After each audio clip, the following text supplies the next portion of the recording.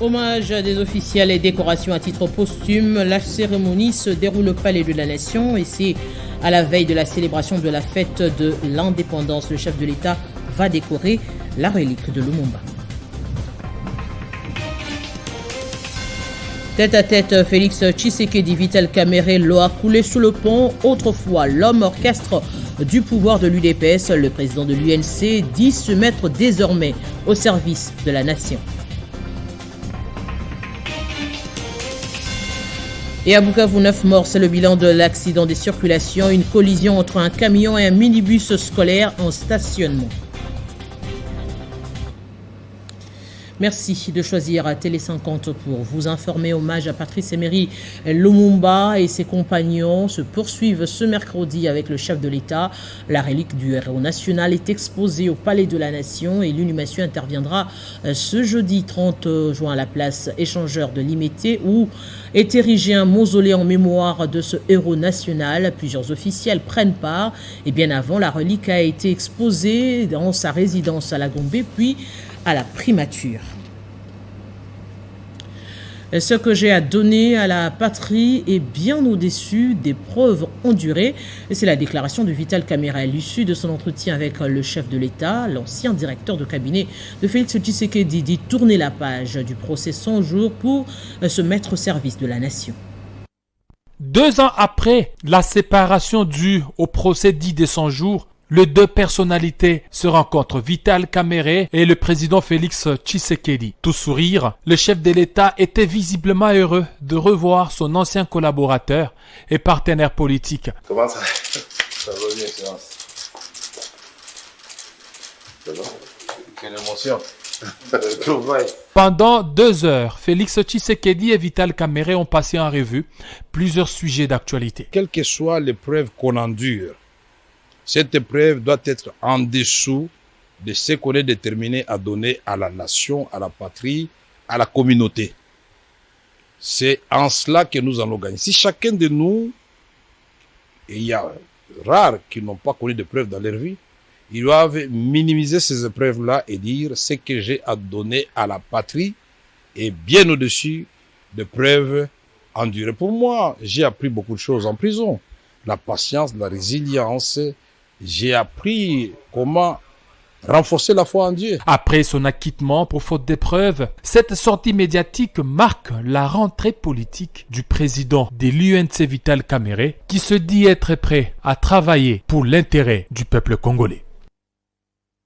Affaire François Béat, l'audience a été renvoyée en date du 1er juillet 2022 à la prison centrale de Makala par la cour militaire. L'ancien conseiller spécial du chef de l'État en matière de sécurité a refusé de comparaître hier mardi 29 juin en dehors de Makala malgré l'insistance des militaires de la haute cour militaire. Selon son conseiller, Béat craignait pour sa sécurité. L'audience étant prévue à la haute cour militaire, seuls les 4 autres prévenus ont comparu au procès de François Béat et consorts. Et à cette audience prévue pour le vendredi prochain, elle devra aussi se prononcer selon la défense sur la nouvelle demande de mise en liberté provisoire des prévenus. 9 personnes ont trouvé la mort, parmi lesquelles 8 élèves et leur chauffeur, dans un accident de circulation survenu dans l'après-midi à Bukavu, dans le sud Kivu. Le gouverneur Théo Ngouabidje s'est rendu à l'hôpital où sont internés 10 blessés, tous des élèves. Il a annoncé que les auteurs de ce drame sont activement recherchés par ses services et une fois arrêtés, ils seront punis conformément à la loi. Tristesse, désolation. Voilà ce qu'on pouvait lire sur les visages de quelques personnes rencontrées sur les lieux du drame, non loin de la place de l'Indépendance. Selon les témoins, c'est un camion qui a percuté minibus de marque Noah, avec à son bord plusieurs élèves qui revenaient de l'école. 8 sont morts sur place et leur chauffeur. Des motards de la ville se sont alors activés pour faire sortir les corps des décombres. Quelques heures plus tard, le gouverneur du Sud Kivu, Théo Ngouabidje Kassi, s'est rendu à l'hôpital général où il a non seulement présenté ses condoléances, mais aussi compatir avec les familles des victimes. 10 blessés, tous les élèves rescapés de l'accident, sont internés et reçoivent des soins, et leur état de santé est stable et pourront regagner leurs familles respectives. Par la suite, le chef de l'exécutif provincial s'est dirigé vers la morgue où sont gardés les corps des 8 écoliers et leurs chauffeurs. Un père de famille, Théo Ngwabi Djekassi, a annoncé la prise en charge des soins médicaux pour les blessés, le paiement des frais de la morgue et une assistance des frais funéraires pour que l'inhumation digne soit assurée par le gouvernement provincial. Étant en cavale, les auteurs de ces drames sont recherchés et une fois arrêtés, ils répondront de leurs actes devant la justice, a annoncé le gouverneur du Sud Kivu, Théo Ngwabi Djekassi, dans un communiqué officiel. Et dans le secteur de la défense, le diplomate belge André Flau se dit prêt à redynamiser la coopération avec Kinshasa en attendant la promulgation de la loi de programmation militaire déjà adoptée par le Parlement sous implication totale du ministre de la Défense nationale. Il y a déjà de la formation en cours maintenant. Il faut voir comment on peut soit l'accentuer, soit la réorienter. Il faut d'abord tirer les leçons. Et puis il y a des échanges aussi et des formations peut-être des corps intermédiaires, les officiers, les sous-officiers. Je crois que c'est toujours favorable. Et en rappelant l'époque que nous avons partagée ensemble, c'est là-dessus que nous avions misé pour effectivement avoir aussi du personnel compétent. Et les échanges entre les militaires, qu'ils soient du nord, du sud, de notre planète, sont très intéressants. Il n'y a pas d'embargo, il faut délivrer des attestations de destination de livraison d'armes en quelque sorte. Et donc il est clair que tout est dans la nuance. Et aujourd'hui, le Congo s'est encore acheté des armes à l'extérieur. Il n'y a pas d'embargo. Il faut lire le texte complètement et le texte dit qu'il faut simplement, c'est comme un certificat, une traçabilité qui doit exister. Une vive tension s'est observée à Kamato, frontière entre la RDC et l'Angola, à la suite d'une expulsion violente des militaires angolais appréhendés en RDC et qui poursuivaient les paysannes congolaises dont les champs empiétaient le territoire angolais. On en parle avec le député national Guy Mafuta depuis Chikapa qui nous livre cette information. Monsieur le député, bonjour, dites-nous, qu'en est-il exactement? 5 sur la frontière entre la RDC et la République d'Angola. Il y a des fermes, des fermiers, des paysans qui ont des champs qui malheureusement débordent aussi sur le sol angolais et vice-versa. Et là, à la partie angolaise, il y a un chantier minier qui est sécurisé par des militaires. Ils ont remarqué que certains paysans congolais avaient débordé la frontière. Et en les poursuivant, ils se sont retrouvés sur le sol congolais. Malheureusement pour eux, ils étaient appréhendés par les Congolais, militaires et civils, qui les ont au fait violentés. Comme vous le savez, avec les réseaux sociaux, les images ont circulé là-bas et on les a relâchés, on les a reconduits à la frontière angolaise. Malheureusement, ils n'étaient pas en forme. On parle même d'un qui serait décédé là-bas et ce qui a provoqué le courroux des Angolais.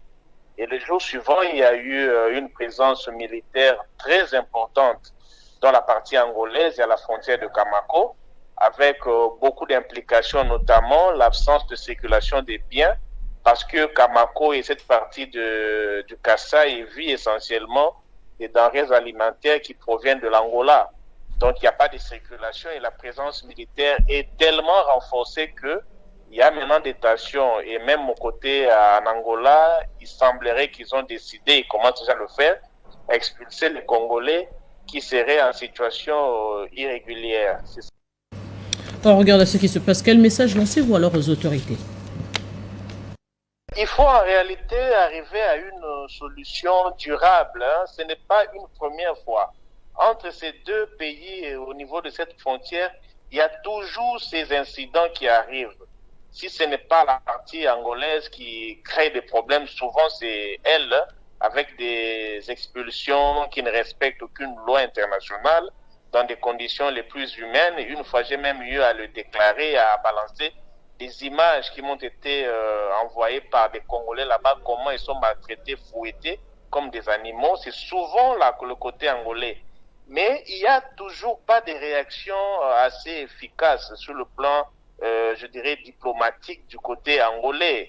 Et même là, c'est quand même inquiétant. Il faut à un moment donné que les rapports soient humanisés, que tout se fasse conformément aux dispositions internationales qui régissent les migrations entre les personnes. Nous avons une frontière qui est là, mais ce qui se passe surtout du côté angolais, ce n'est pas du tout encourageant en termes de respect des droits de l'homme. Donc l'autorité est invitée à trouver une solution durable entre ces deux communautés. Je vous rappelle que entre ces deux pays, ce sont les mêmes peuples. Vous avez les Pende, les Tchoko et les Luba des deux côtés. Mais ce qui se passe laisse à désirer quand même. Guy Mafuta, grand merci. Je rappelle aux téléspectateurs que vous êtes député national élu de Chikapa. Dans l'actualité, inauguration demain, jeudi, de la nouvelle extension du centre hospitalier Initiative Plus qui sera basé dans la commune de la Gombe. Une séance de travail pour les derniers réglages et la visite de Marie-Olive Lembe-Kabila a eu lieu. Une manière pour la coordonnatrice de se rassurer de la qualité du service qui sera offert.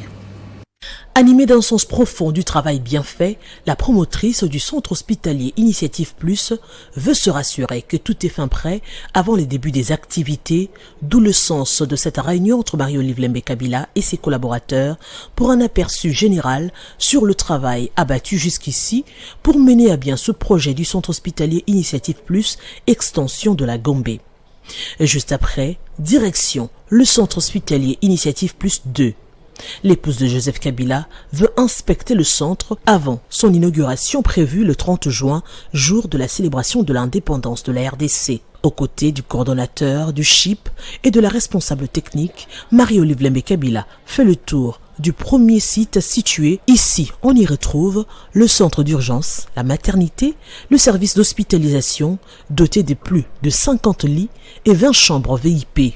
Le service d'imagerie doté d'une IRM, une endoscopie à même de faire, une fibroscopie, radio mobile et plusieurs autres équipements médicaux de dernière génération. De flamboyant, Marie-Olive Lembe-Kabila se rend à l'immeuble Kikoya sur le boulevard du 30 juin où les équipes sont à pied d'œuvre et sur place. Un équipement de haute qualité. Nous avons vraiment évolué dans ce qu'il y a comme service que nous allons d'ici quelques jours proposer aux patients, bien sûr, qui vont faire confiance à nos médecins sur place, des Congolais. Le caractère social de ce centre ne renvoie pas à la gratuité. Marie-Olive Lembe-Kabila fait une mise au point. Ce que nous essayons d'offrir comme service est payant, mais au strict minimum. L'implantation du CHIP à Gombe est une aubaine pour les Congolais qui bénéficieront désormais d'une expertise avérée et de soins de qualité.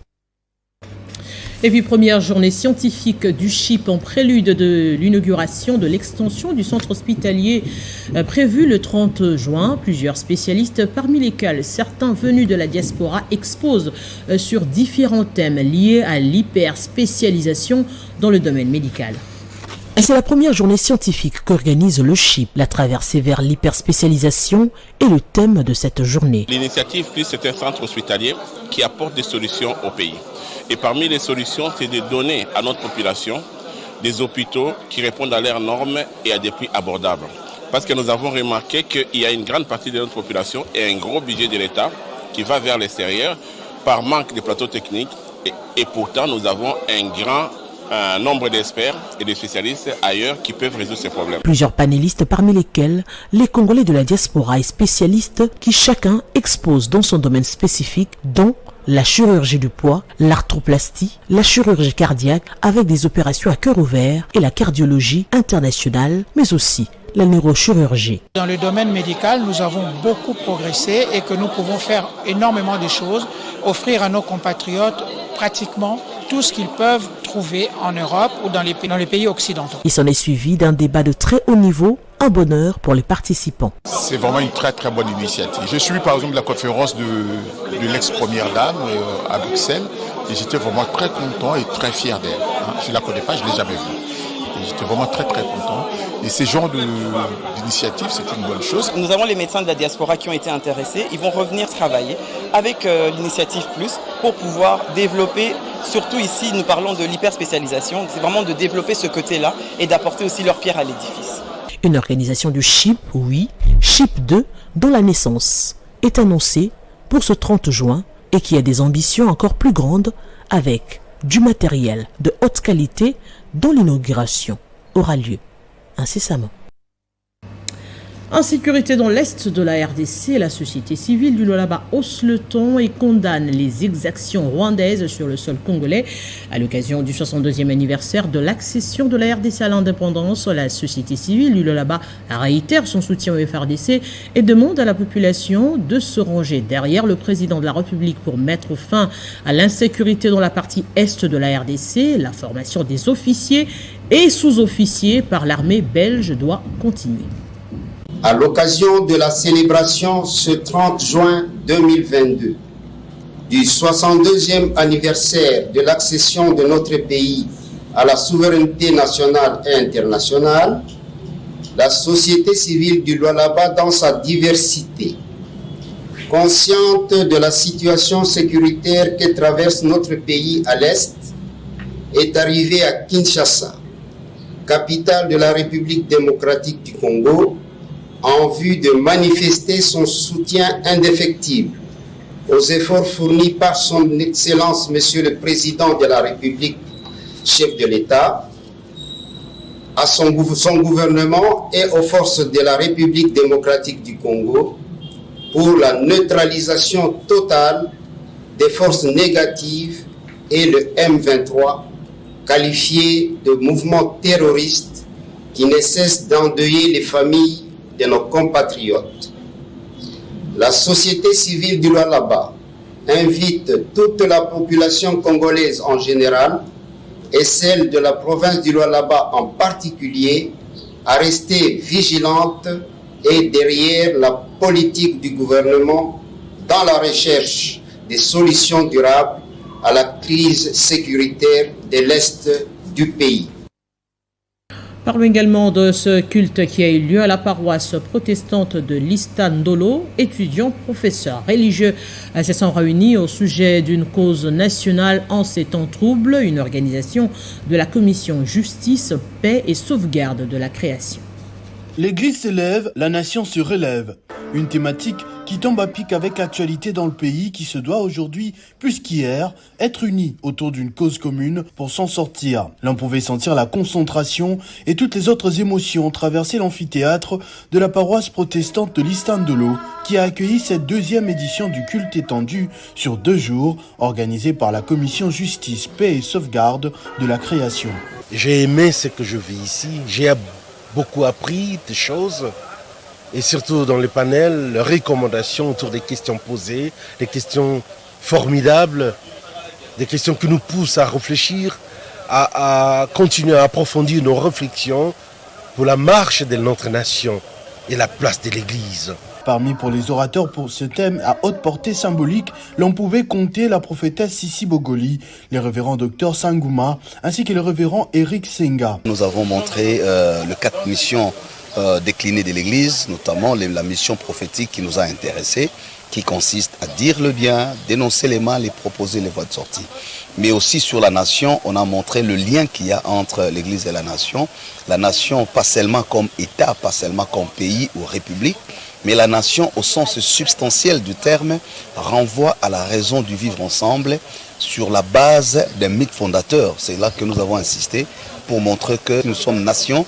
C'est avant tout parce qu'il y a des valeurs fondamentales qui déterminent notre existence dans l'historiographie des humains. Construire l'identité congolaise, aider le Congolais à se réconcilier avec lui-même, c'est en quelque sorte la vision poursuivie par cette grande messe. Quant aux autorités, il faudrait distinguer le pouvoir de se servir à celui de servir les autres qui est nécessaire pour le Congo actuellement.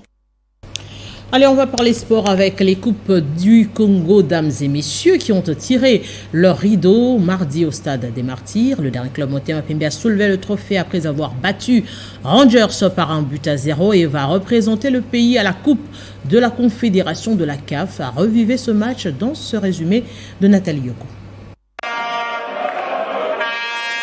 Sans surprise, le Daring Club Motema Pembe de Kinshasa a remporté la finale de la 57e édition de la Coupe du Congo à la suite de sa victoire sur l'AC Rangers par 1-0.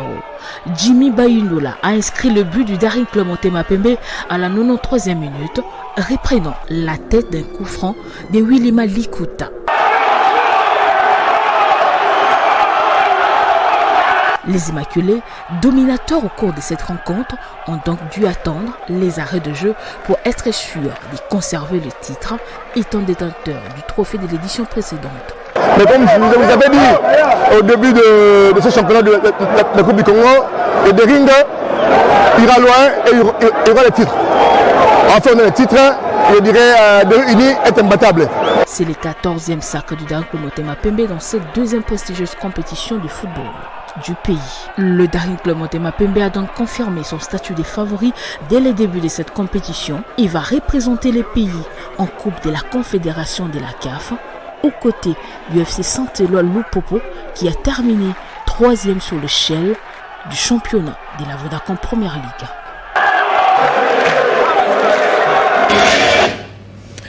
Et chez les dames, quelques heures plus tôt, c'est Mazembe de Lubumbashi qui a été sacrée championne grâce à sa victoire devant le cercle sportif Bikira de Kinshasa par 3-1. Il ne manque qu'un trophée dans la vitrine du tout-puissant Mazembe et désormais il y est. Mazembe, le champion du Congo chez les dames, après sa victoire ce mardi face à la formation des Bikira sur la note de 3-1. C'est le progrès qui est arrivé aujourd'hui. Nous avions dit que nous irons très loin dans cette compétition. Justement, nous sommes allés très loin pour arracher finalement la coupe. Dans une finale annoncée palpitante, vu le pas des deux clubs lors de la précédente Coupe du Congo, la réalité a été tout autre car Mazembe a fait cavalier seul. Le Sandara qui était tombé, taboyé, mais est arrivé. Bon, bravo à Mazembe. Avec sa casquette des canonnières du couloir droit, Naomi Kabakaba va ouvrir le score à la 18e minute, soit 11 buts dans la compétition. Naomi Kabakaba qui ouvre le score. La meilleure buteuse des Corbeaux et de la compétition, Merveille Kajinga ne loupera pas l'occasion de finir la compétition en inscrivant les buts du break.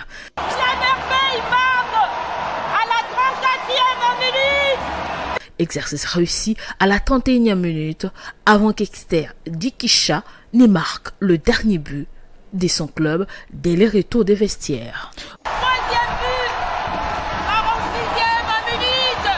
Aux derniers instants du match, le CSF Bikira de Kinshasa réduira la marque, mais sans empêcher les dames de Mazembe d'être sacrées, les reines du Congo.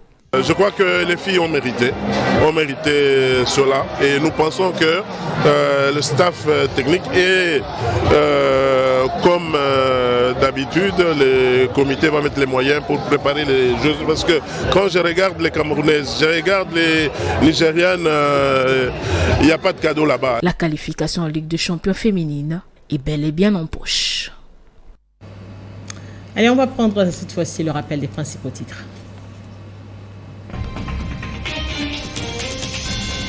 Hommage des officiels et décorations à titre posthume. La cérémonie se déroule au Palais de la Nation. Ici, à la veille de la célébration de la fête de l'indépendance de la RDC, le chef de l'État va décorer le héros national. Tête à tête, Félix Tshisekedi, Vital Kamerhe, l'eau a coulé sous le pont. Autrefois, l'homme orchestre du pouvoir de l'UDPS, le président de l'UNC, dit plutôt se mettre désormais au service de la nation. Et à Bukavu, 9 morts, c'est le bilan de l'accident de circulation. Une collision entre un camion et un minibus scolaire en stationnement. Ce journal est complètement terminé. À tous, merci de l'avoir suivi et surtout très bonne suite de nos programmes.